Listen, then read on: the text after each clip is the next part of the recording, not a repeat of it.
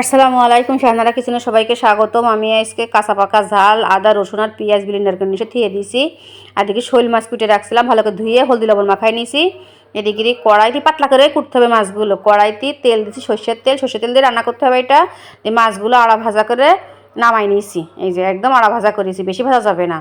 চচ্চড়ি বলে করতাম, নানার কাছ থেকে শিখাই রান্নাটা। আগেরকার আমলে রান্নার স্বাদই অন্যরকম ছিল।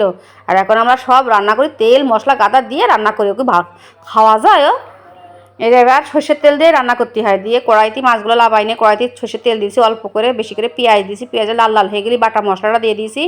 ওই যে কাঁচা পাকা ঝাল আদা রসুন আর পেঁয়াজ বাটা ওইটা দিয়ে দিয়েছি। এই যে দিয়ে একটা টমেটো কেটে দিয়েছি।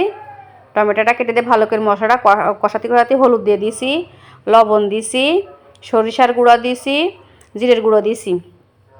জিরেটাও আমার বাসায় বানানো, গুঁড়া করা, সরিষা বাসায় বানানো। দিয়ে ভালো করে কষাতে অল্প একটু পানি দিয়েছি। যে কোনো মশলা দুবার পানি দিয়ে কষাতেই হয়, তাহলে রান্নার স্বাদ দ্বিগুণ হয়। দিয়ে মশলাটা ভালো করে কষে আসলি এবার ঝোলের পানি দিয়ে দিয়েছি। এই যে বেশি দেওয়া যাবে না, অল্পই দিয়ে দিতে হবে।